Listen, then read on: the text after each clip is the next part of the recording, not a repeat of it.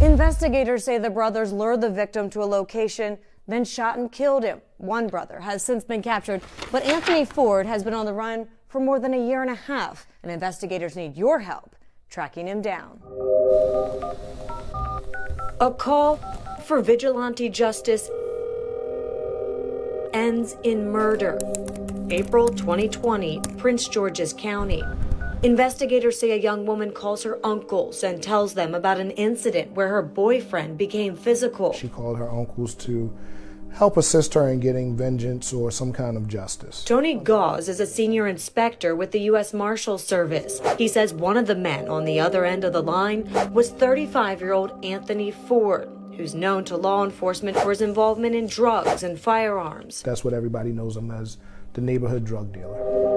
Investigators say Ford and his brother call the boyfriend and ask him to meet here.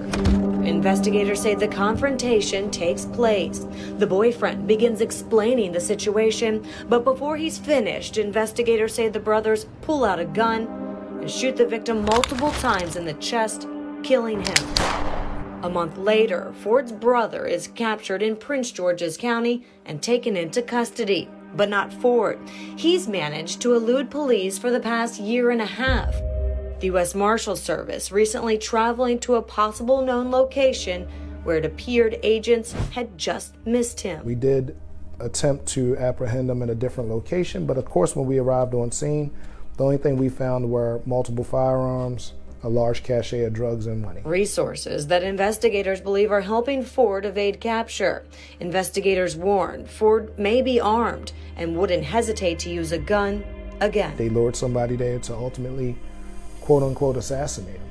They knew what they were doing, they knew why they called him, they set it up and they did the act that they were looking to do.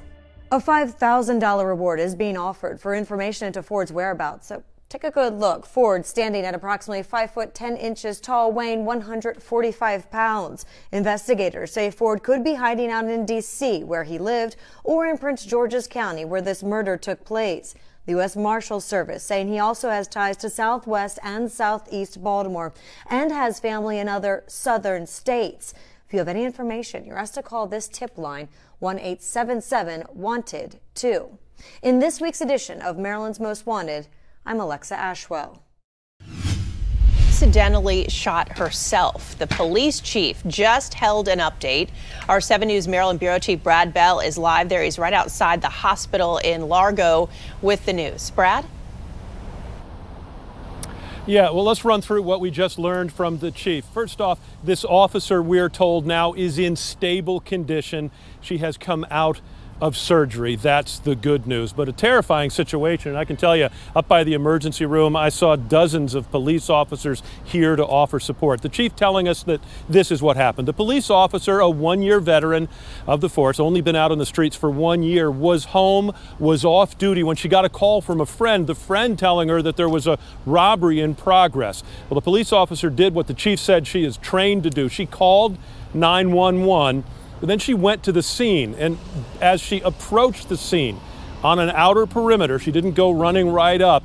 She stopped and she got out, was getting ready to get out of her car. She went to get her gun. I'm not sure how she had it holstered, but as she pulled it out, that gun discharged. She shot herself in the abdomen. Injury quite serious, but as we said, she's had surgery. She is in stable condition. A couple of points here.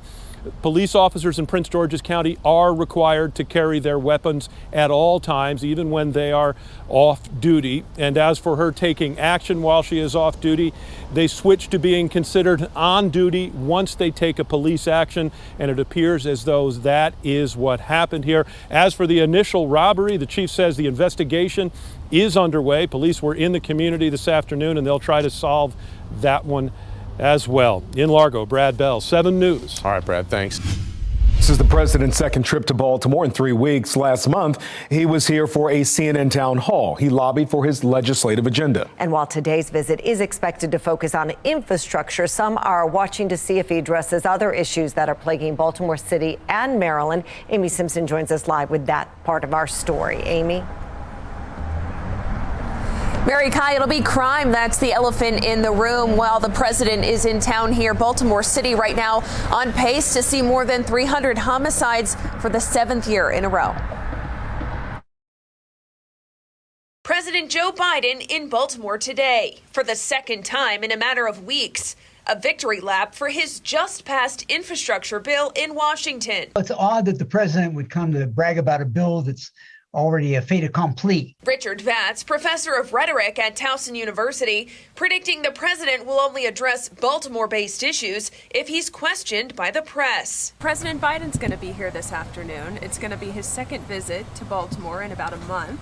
He's expected to talk about the infrastructure plan at the Port of Baltimore. Right. What other topics related to Baltimore City and Maryland would you like to hear him talk about? Getting the crime together for one thing, because this crime is really bad. Family paid leave.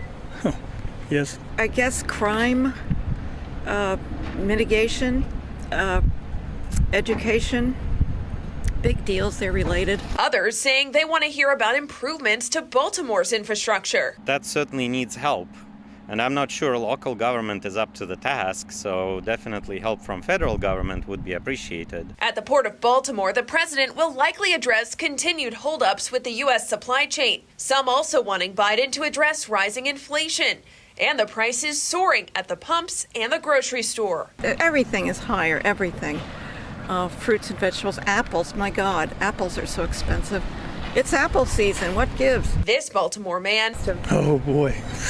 saying $50 at the store used to go a long way. Be lucky you walk out with a little bag in your hand. Food has gone crazy. And new data out from the U.S. Department of Labor today show consumer prices are up 6.2% in the last 12 months. That's the highest it's been in 31 years. We're live in Baltimore tonight. Amy Simpson, Fox 45 News.